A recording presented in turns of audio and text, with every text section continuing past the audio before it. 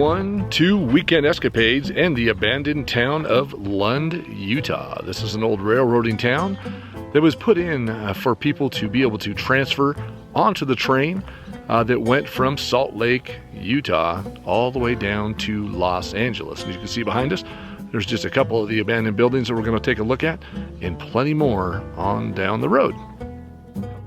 Now, these abandoned buildings here, these two homes, were railroader homes. So this is where the workers would stay over when they transferred on and off of the railroad cars, engines, if you will. So brakemen and engineers would frequent these houses for a stop and a layover.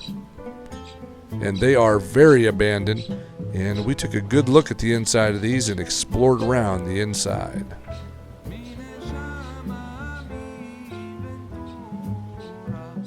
Looking around these buildings in broad daylight, not a problem at all.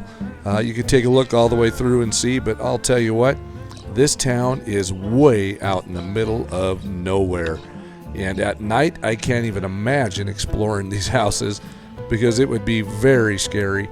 There's a basement area in each one of them where you could go down, and you can go into each one of these rooms. Just got to watch your step, but a lot to see in these. They're really not as old maybe as they look. I would think that these were dated back to maybe the 50s is when they were built and abandoned when the railroad quit using this as a transfer station. As the railroad matured, it became more efficient to go from, of course, Salt Lake to Los Angeles and many other stops and transfers along the railroad. Now, Lund was used as a community center for early 20th century homesteaders. And most homesteaders, however, were not successful due to the region's harsh and arid climate. It is extremely dry and sandy here, and when you drive in, it's just like a sand dune.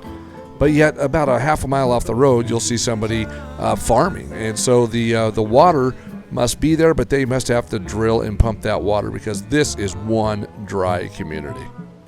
Now, this second house, for some reason, every time I looked into one of the rooms or up into the rafter area where the ceiling had fallen down, I kept expecting something to look back at me. For some reason, the second house gave me a very eerie feeling. Even though it's broad daylight, I just expected something to peek out of one of those holes in the roof right in there.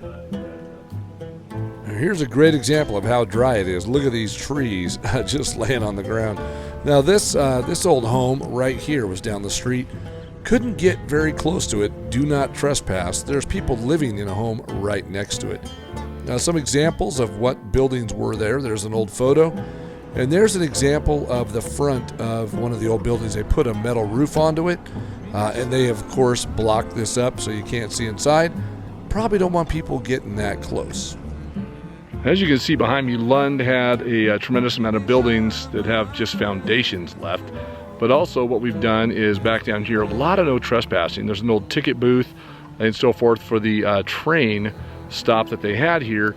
And again, these are just a few foundations that are along the road. And we're going to head down a little bit further on a road. Doesn't say no trespassing. We're going to give it a shot. But there is an old water tower down the road that we're going to take a look at.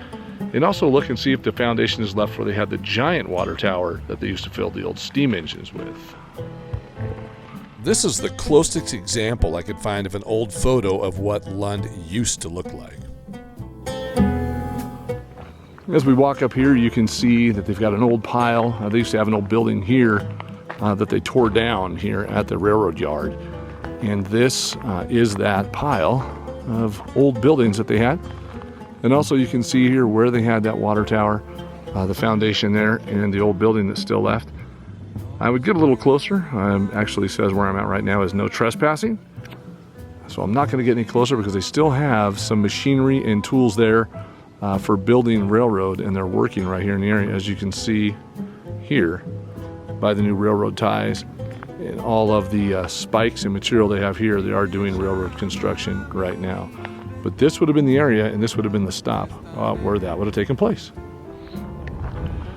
Okay, so Lund, Utah, railroad town. You can see behind me the town and the tracks that came in from Salt Lake area and then headed south down that direction. And luck would have it that we have a train coming in behind us right over there. So here it comes. And again, railroading town. And also, when you look this direction, it also looks like this took off and headed down towards like Vegas area. And there's that train right behind us.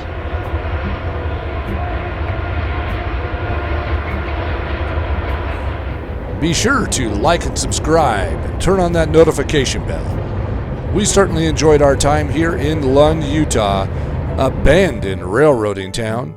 And until our next adventure, goodbye from Weekend Escapades.